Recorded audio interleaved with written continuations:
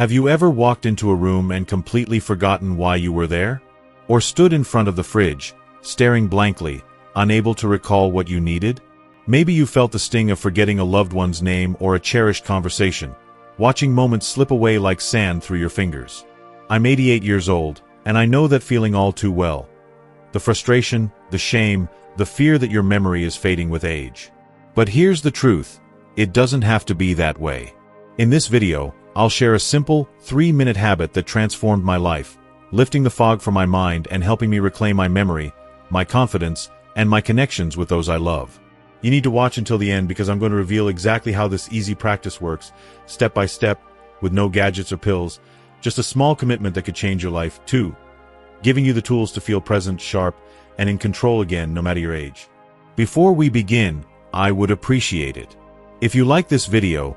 You can help me continue to spread the old age lesson. If you haven't subscribed yet, I recommend you subscribe and turn on the bell so you don't miss any videos. If you like this video, please comment number 1. If you don't like it, comment number 0 to let me know, so I can make a better video for you. Now let's get started. The Silent Descent, a journey through memory's fragile threads. It began so quietly, so subtly, that I didn't even notice it at first. The decline was like a shadow creeping across a room at dusk, imperceptible until the light was nearly gone. It started with the smallest of details, the kind anyone might brush off as inconsequential. I'd walk out the front door and pause, hand hovering over the knob, unsure whether I'd locked it or not. I'd rise from my armchair, a fleeting spark of purpose in my mind, only to arrive in the kitchen and stand there, staring blankly at the counter, the intention lost like a wisp of smoke. My glasses, placed absent-mindedly on the dining table, would vanish into the ether of my forgetfulness, sending me on a frustrating hunt through the house as if they'd sprouted legs and wandered off. At first, I laughed it off. Just a senior moment, I'd chuckle, waving away the lapses with a self-deprecating grin. I told myself it was merely the toll of aging, a natural part of crossing into my later years. After all, who hasn't misplaced their keys or forgotten a name?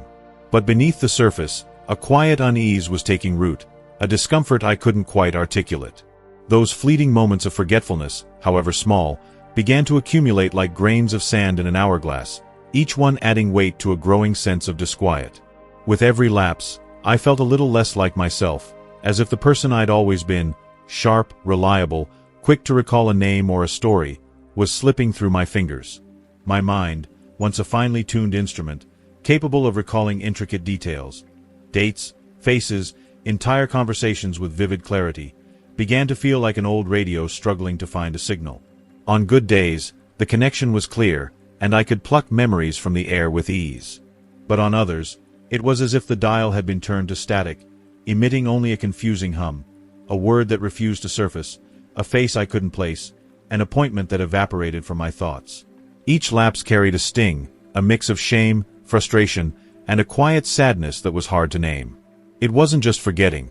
It was the slow erosion of confidence, the creeping fear that I was losing something essential, something that defined me. The moment that shook me most, the one that forced me to confront the truth, came unexpectedly, as the worst moments often do. It was a phone call with my grandson, Ethan, a bright and energetic boy of 12 who always seemed to light up the room. That afternoon, his voice bubbled with excitement as he told me about his upcoming school performance, a play where he'd landed a small but proud role. He was nervous but thrilled, and he asked if I'd come to watch. "Of course, Ethan," I promised, my heart swelling with his enthusiasm. I wouldn't miss it for the world. I meant every word.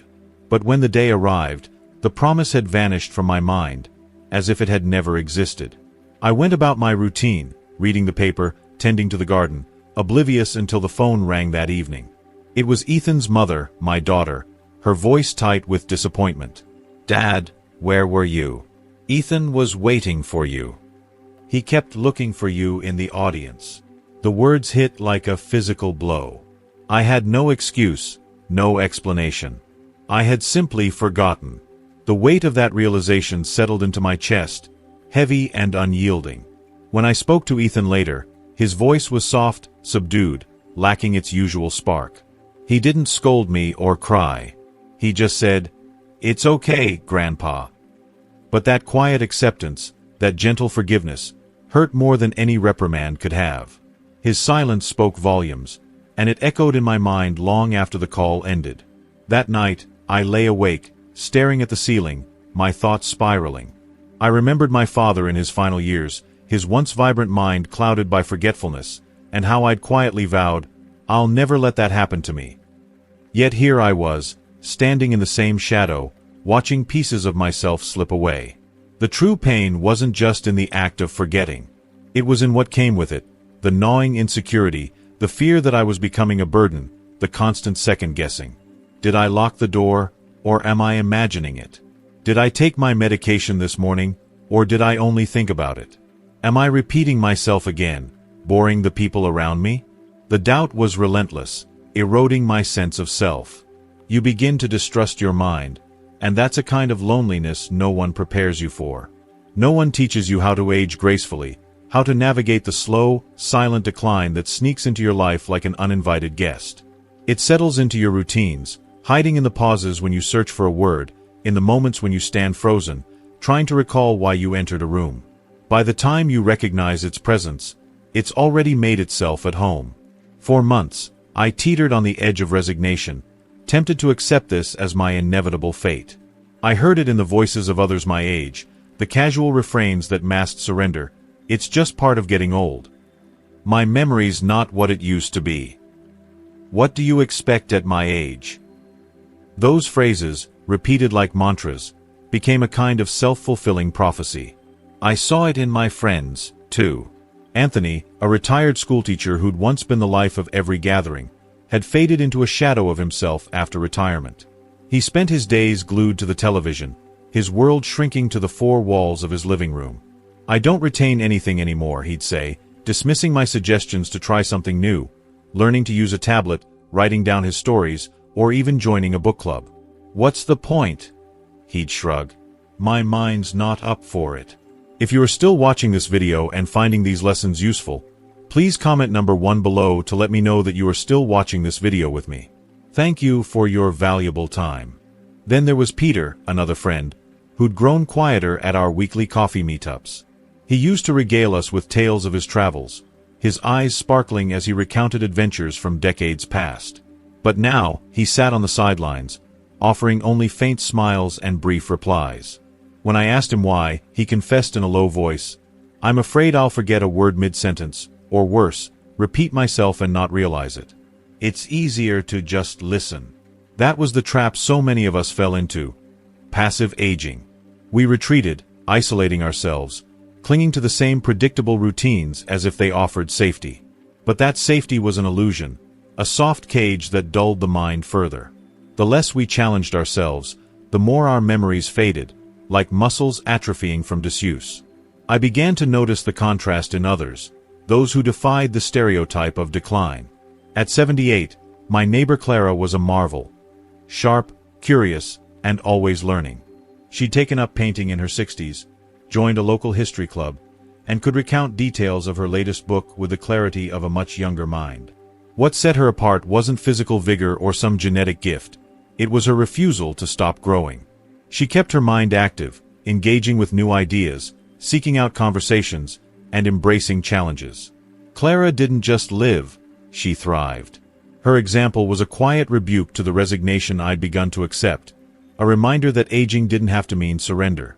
That realization sparked a shift in me, a flicker of hope that maybe I wasn't doomed to lose myself entirely. The turning point came unexpectedly, during a visit from my granddaughter, Lily, a 20-year-old psychology student with a warmth that could light up any room. She found me one afternoon, sitting in my armchair, staring out the window, my thoughts scattered like leaves in the wind. "Grandpa, you seem a little lost today," she said gently, her eyes searching mine. I managed a weak smile and admitted, "Sometimes I walk into a room and can't for the life of me remember why I'm there." She didn't laugh or dismiss it. Instead, she sat beside me on the couch and said, "Have you ever tried training your attention? It's like a workout for your brain. Just 3 minutes a day can make a difference." I raised an eyebrow, skeptical. "Is this some kind of meditation nonsense?" I asked. She laughed, her eyes crinkling. "Not exactly. It's simpler than that. It's called mindful attention, and it's like giving your mind a moment to breathe. Right there in the living room, she guided me through it. Sit up straight, feet flat on the floor, she instructed. Close your eyes if you want, and for 3 minutes, just focus on your breathing. Feel the air move through your nose, out through your mouth. If your mind wanders, gently bring it back. And if you want to make it stronger, picture a place that feels calm and clear, a beach, a forest, whatever works for you. It sounded almost too simple, like something a child could do. But out of love for Lily, I agreed to try it. The next morning, I sat on the edge of my bed, eyes closed, and began. Inhale. Exhale. My mind darted to the day's tasks, to the coffee I hadn't made, to a vague worry about a bill I might have forgotten to pay. Each time, I nudged my focus back to my breath, picturing a quiet lake from a camping trip decades ago, its surface smooth and reflective. Some days, those 3 minutes felt eternal. Others, they passed in a blink. I didn't expect miracles. I didn't even fully believe it would work. But I kept at it, driven by a stubborn determination not to let my mind slip away without a fight. The changes were subtle at first, like the first buds of spring after a long winter. I began to feel more present, more anchored in the moment. The world around me came into sharper focus. The grain of the wooden table under my fingers, the rhythmic ticking of the grandfather clock in the hall, the warmth in my wife's voice as she called me to dinner.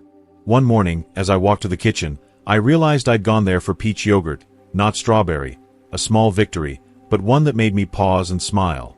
By the 3rd week, I noticed I was recalling names more easily, no longer stumbling over my granddaughter's classmates or the new neighbor's dog. Conversations felt less like a minefield, and I didn't have to brace myself for the embarrassment of a blank mind. What I came to understand was profound in its simplicity. Memory isn't a standalone function, operating in isolation like a machine. It's deeply tied to attention, to the quality of presence we bring to each moment. When you live distracted, your mind schemes the surface of life, leaving little to hold on to. But when you're fully present, your brain records the details, the texture of a conversation, the nuance of a smile. Those 3 minutes of mindful breathing weren't magic. They were a reset, a way to clear the mental clutter and sharpen my focus.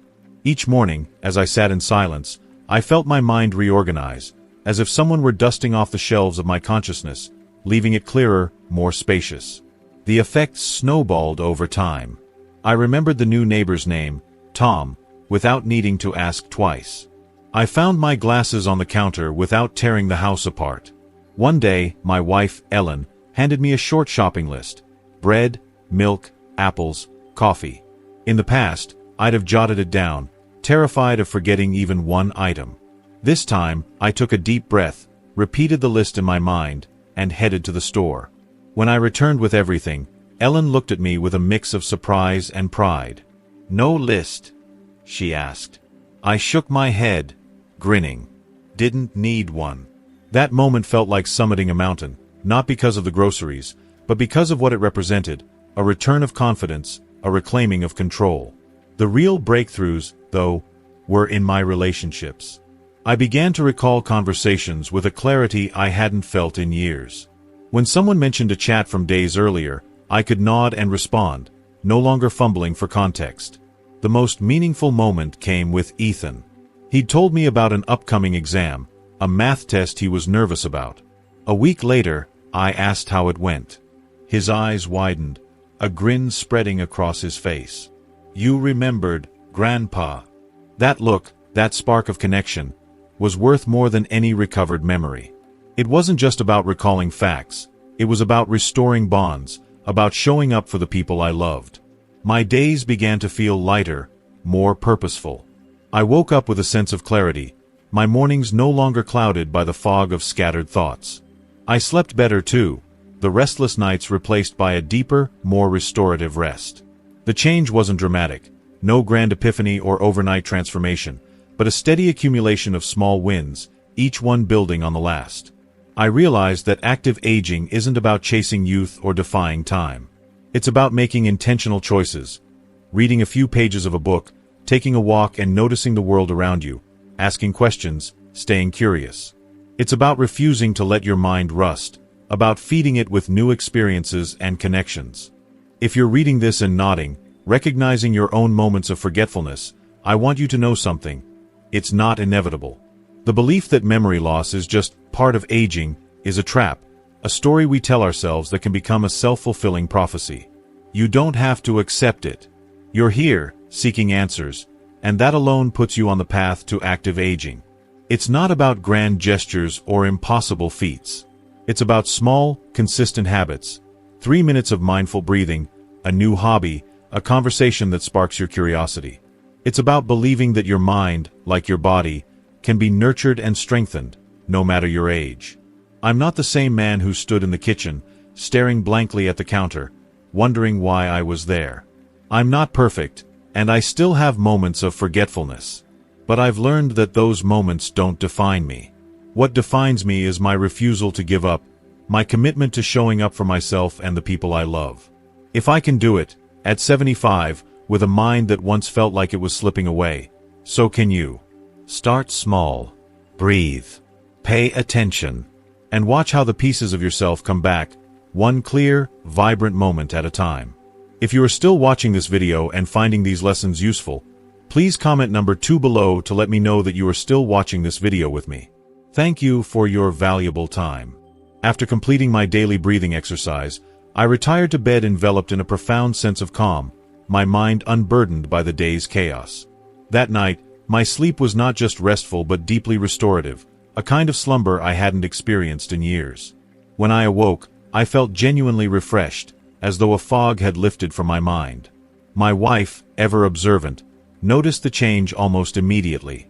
"You've been so much brighter lately," she remarked one morning over coffee. "You're even cracking those silly jokes again, like you used to." She was right. I found myself chuckling at the dinner table, tossing out groan-worthy puns and playful one-liners, a habit from decades past that had faded without my realizing it. Sometimes, alone in my study or while tending to the garden, I'd catch myself laughing softly, memories from years long gone, stories of old friends, family gatherings, or even quirky moments from my youth, resurfacing with startling clarity, as if they'd been waiting patiently to be rediscovered. This quiet transformation, this subtle but undeniable rebirth, led me to a profound realization. I was reclaiming parts of myself I had believed were lost forever. Memory loss isn't just about forgetting names or misplacing dates. It's far more insidious. It's the erosion of your story, the gradual theft of fragments that make you you. When those pieces return, it's as though you've come home to yourself after a long, disorienting journey. This change wasn't sudden or miraculous, like some cinematic epiphany. It was slow, deliberate, like raindrops steadily filling a well that had long seemed dry. One morning, you wake up and realize the well is brimming again. My thoughts became sharper, my focus more sustained. Most importantly, I no longer lived in fear of forgetfulness. I had found a tool, a simple, accessible practice, that grounded me in the present and restored a sense of control. That shift, subtle as it was, transformed my life in ways I hadn't dared hope. Why a simple 3-minute habit holds such power. You might be wondering how something as unassuming as a 3-minute daily habit could wield such influence over memory and well-being. The answer lies not in magic, but in the elegant simplicity of science, which I'll explain in clear, accessible terms. The brain, even in our later years, whether we're 80, 90, or beyond, remains remarkably adaptable. This phenomenon, known as neuroplasticity, means that the brain's neural connections can strengthen, renew, and even form anew throughout our lives. Once, scientists believed this plasticity was confined to childhood, that our brains became rigid with age. Modern research has overturned that notion, revealing that with the right stimulation, the brain continues to learn, adapt, and grow, no matter how many candles are on the birthday cake. So, how does this 3-minute habit tap into this potential? Let's break it down. The practice begins with breathing, slow, deep, intentional breaths. This isn't just a feel-good ritual. It's a biological game changer. Deep breathing increases the oxygen supply in your bloodstream, which in turn nourishes your brain. Think of it as giving a parched plant a steady stream of fresh water. Neurons, the tiny cells responsible for thought, memory, and emotion, thrive on oxygen. When we breathe shallowly or rapidly, as we often do when stressed, anxious, or simply distracted, Our brain is starved of this vital resource. Slow, mindful breathing, on the other hand, floods the brain with oxygen, activating regions that may have grown sluggish from disuse, particularly if our days are spent in sedentary routines or unchallenged by new stimuli. The second key component is mindful attention. During these 3 minutes, you focus solely on the present moment. Your breath, the sensation of air moving through your body, perhaps a calming image or thought. You're not replaying yesterday's worries or anticipating tomorrow's tasks. This act of focused awareness is like a workout for your brain, strengthening neural pathways much like lifting weights builds muscle. Studies from prestigious institutions like Harvard, Oxford, and Stanford back this up. In one notable experiment, older adults who practiced brief daily breathing and meditation exercises showed measurable improvements in memory, concentration, and mood after just 8 weeks. Brain scans revealed something even more remarkable. Areas of the brain, particularly the hippocampus, the brain's memory hub, and the prefrontal cortex, responsible for focus, decision-making, and clear thinking, appeared to light up with renewed activity, as if they'd been rejuvenated. These two regions, the hippocampus and prefrontal cortex, are critical to cognitive health. The hippocampus acts like a filing cabinet for recent memories, while the prefrontal cortex is the brain's executive center, helping us plan, focus, and make sense of the world. With age, these areas can slow down, but they're far from dormant. They simply need the right kind of stimulation, and this 3-minute habit provides it. Beyond oxygenating the brain and sharpening focus, the practice also reduces stress, which is a known saboteur of memory. Chronic stress floods the body with cortisol, a hormone that can impair cognitive function over time. Mindful breathing lowers cortisol levels, calms the heart rate, and creates a mental environment where clarity can flourish. The result? A brain that's better equipped to store, retrieve, and process information. The beauty of this habit lies in its simplicity. You don't need fancy equipment, apps, or medications. Just your breath, your body, and a moment of attention. If something so small can yield such profound results, why not give it a try? In the next section, I'll walk you through exactly how to incorporate this practice into your daily life, step by step, ensuring it's simple, sustainable, and tailored to your needs. How to build the 3-minute habit without faltering. By now, you understand what this habit is, how it transformed my life, and the science behind its impact. But you might be wondering, how do I start? What do I need? Where should I do it? And how do I make sure I stick with it beyond a day or two? Let's address these questions with practical, no-nonsense guidance. The beauty of this habit is its accessibility. If you can breathe, you can do it. No prior experience, no athletic prowess, no special tools are required, just 3 minutes of quiet focus. When to practice? The ideal time is first thing in the morning, before the day's distractions take hold. Right after waking, your mind is a clean slate, free from the clutter of notifications, news, or to-do lists. Starting your day with this practice sets a tone of clarity and calm that carries through your hours. If mornings don't work, try it before bed. This not only promotes relaxation for better sleep, but also allows your brain to process the day's experiences more effectively. Some people find value in practicing twice daily, once in the morning for clarity, once at night for rest. But don't feel pressured. A single, well-executed session is enough to see benefits. Where to practice? You don't need a serene meditation room or a picturesque setting. Any quiet, interruption-free spot will do. Your bedroom, a cozy chair on the porch, or even the bathroom if it's your only sanctuary. The key is to make this place your daily haven, a space where you can briefly disconnect from the world. It doesn't need to be grand, it just needs to be yours. Over time, this spot will become associated with calmness and focus, making the habit easier to maintain. How to position yourself. Comfort is paramount. You can sit in a chair with your back supported, shoulders relaxed, and hands resting gently on your thighs. If you prefer lying down, lie on your back with arms at your sides, ensuring you're relaxed but alert enough not to drift off. Close your eyes if it feels natural, or keep them softly focused on a neutral point if that's more comfortable. There's no perfect posture, just one that allows you to feel at ease yet present. How long to practice? 3 minutes is the sweet spot.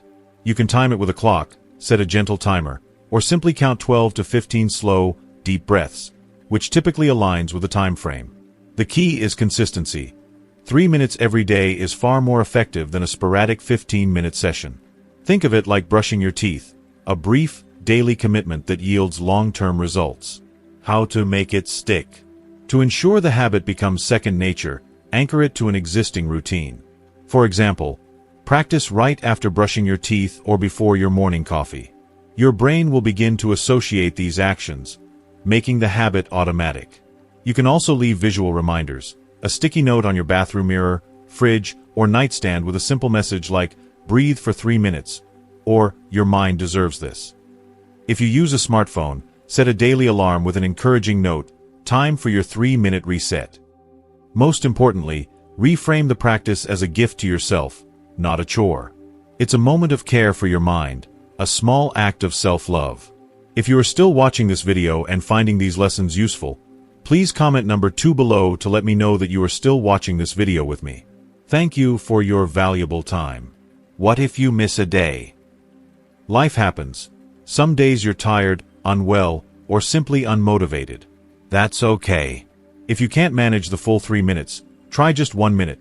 5 deep breaths, eyes closed, silently repeating a calming word like peace, here, or calm. This keeps the habit alive, even on tough days. If you miss a day entirely, don't dwell on it. Simply pick up where you left off the next day, as if starting fresh. The goal isn't perfection but persistence. Step-by-step guide. Find your spot. Choose a quiet, comfortable place where you won't be disturbed. Settle in. Sit or lie down in a relaxed yet alert position. Breathe deeply. Inhale slowly through your nose for a count of 4, feeling your belly rise. Hold for a moment. Then exhale gently through your mouth for a count of 6. Focus your mind. As you breathe, focus on the sensation of air moving through your body.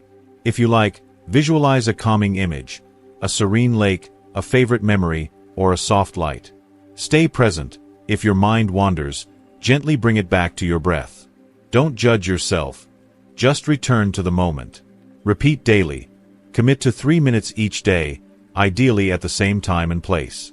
This habit requires no strength, no youth, no expertise. Just your willingness to show up for yourself.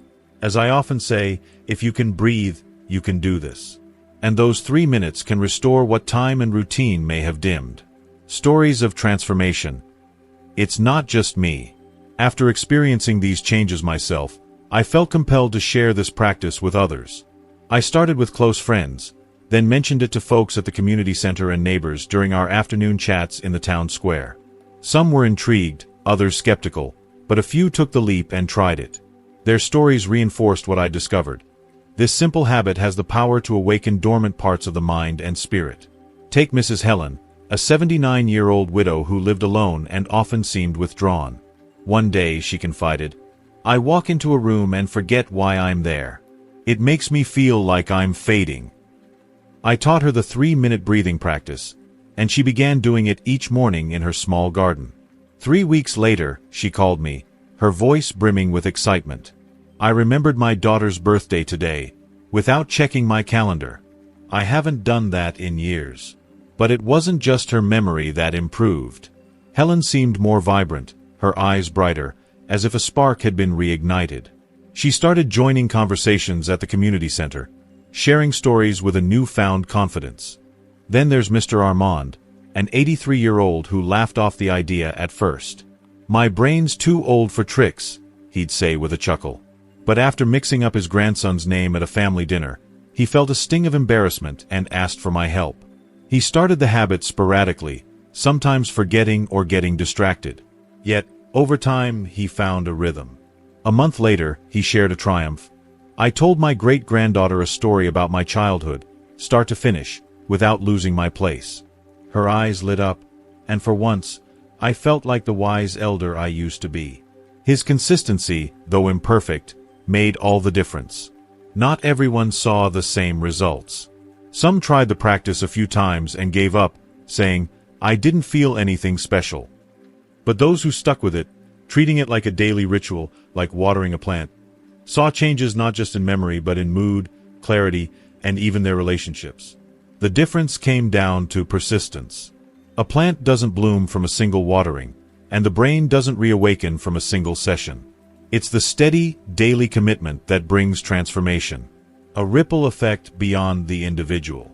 What struck me most was how this habit's impact extended beyond the individual. As memory and presence improved, so did relationships. Imagine a group of elders more engaged, more attentive, and more connected to their loved ones and communities. Picture card games where no one has to ask, "How do we play this again?"